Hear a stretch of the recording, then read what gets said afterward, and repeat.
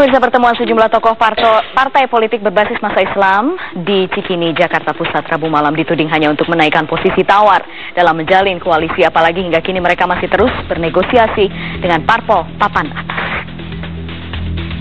Dan parpol berbasis massa Islam berkumpul di Cikini, Rabu malam. Pertemuan ini diduga untuk membangun kembali koalisi lama yang dulu disebut Poros Tengah. Namun, tidak sedikit yang curiga pertemuan ini hanya untuk menaikkan posisi tawar mereka dalam berkoalisi dengan partai papan atas. Bahkan dituding hanya ambisi elit tertentu untuk menggiring kekuatan Islam berkoalisi dengan partai Gerindra. Jadi saya anggap ini akal-akalannya Amin Rais aja gitu. Ya semoga jangan sampai kemudian publik berpikir Amin Raiso kan gitu kan, nggak keren juga gitu.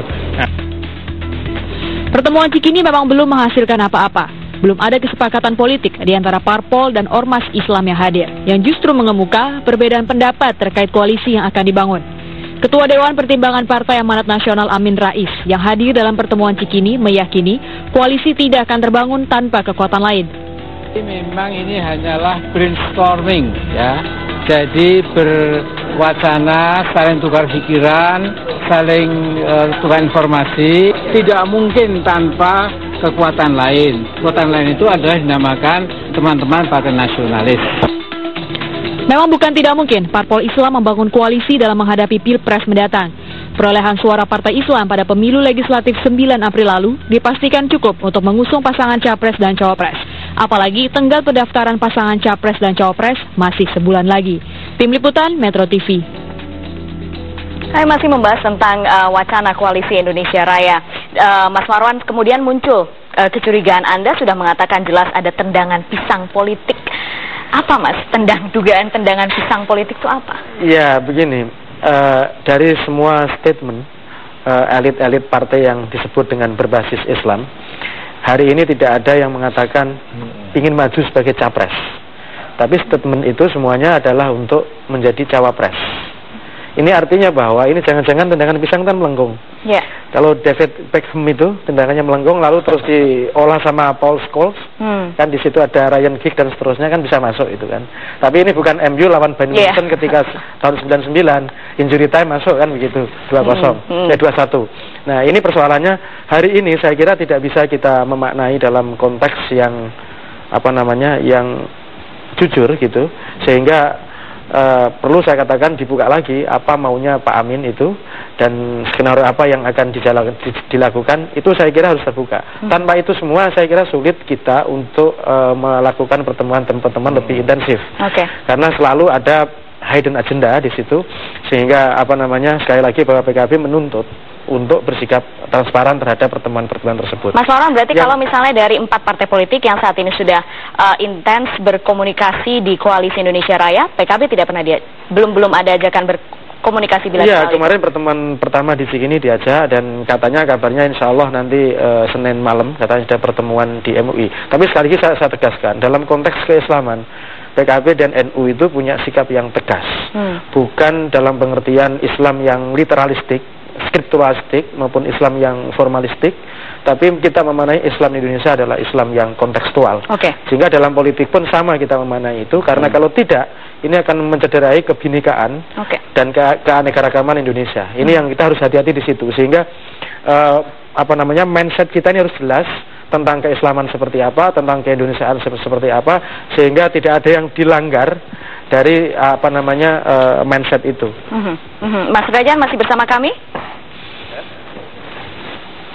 Halo Mas Derajat, akankah nanti kemudian Koalisi Indonesia Raya ada permintaan ini untuk lebih terbuka sebenarnya secara jelas maunya apa, maunya bagaimana, dibicarakan langsung di awal, tidak di belakang nanti tiba-tiba ada begitu keinginan lain ternyata dari Koalisi Indonesia Raya? Iya, itu kan baru pertemuan pertama ya kemarin di Cikini itu, dan pertemuan itu juga bukan Pak Amin sebenarnya yang mengorganisasikan, ya itu dari para pimpinan ormas-ormas Islam, dan di situ justru Pak Amin menyampaikan bahwa konsep poros tengah seperti yang dulu itu sudah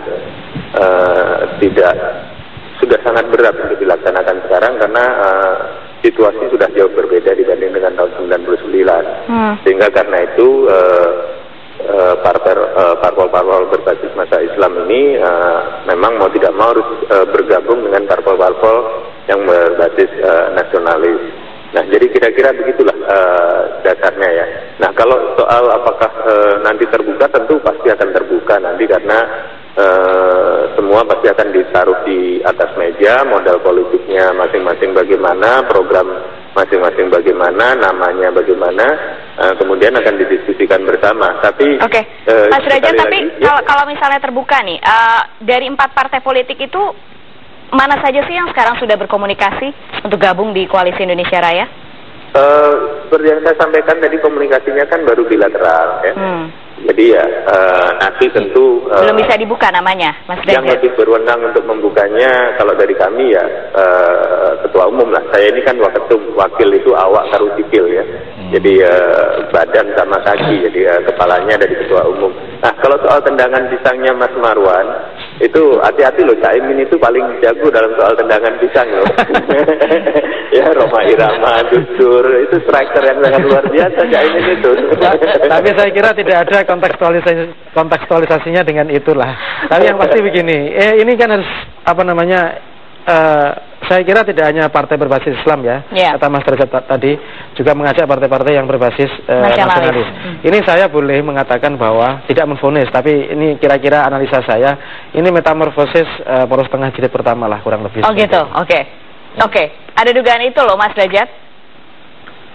Ya, poros tengah jilid pertama, kalau semua, kan sekarang yang lolos ke parlemen itu insya Allah 4 partai ya. Kalau semua sepakat dan kemudian tentu ditambah dengan partai nasionalis dan tinggal nanti disepakati bersama apakah siapa nomor 1-nya, siapa nomor 2-nya dan seterusnya. Tapi yang ingin saya sampaikan bahwa ini masuk betul-betul tahap awal. Jadi ini bukan sesuatu yang sifatnya eksklusif partai-partai berbasis masa Islam saja ya. Dan ini bukan Pak Amin yang menggerakkan semua, terus Pak Amin ingin jadi kingmaker, bukan. Pak Amin justru statusnya waktu itu diundang, beliau menyampaikan pandangan beliau bahwa kita harus bergabung dengan semuanya. Kemudian hanya memang beliau yang menyebut nama Indonesia Raya itu. Jadi kalau misalnya kita katakan Anda mengatakan ada kepala, tangan, kaki, ini kepalanya siapa, Mas Derajat? Kalau di PAN kepalanya Bang Hatta, kalau di koalisi ini ya nanti siapa yang paling besar kursinya nanti. Baik. Kita sekarang jeda dulu pemirsa. Jadi sekarang seperti apa sebenarnya peta besar koalisi partai politik mengusung bakal capres cawapres mereka? Tetap bersama kami di Metro TV.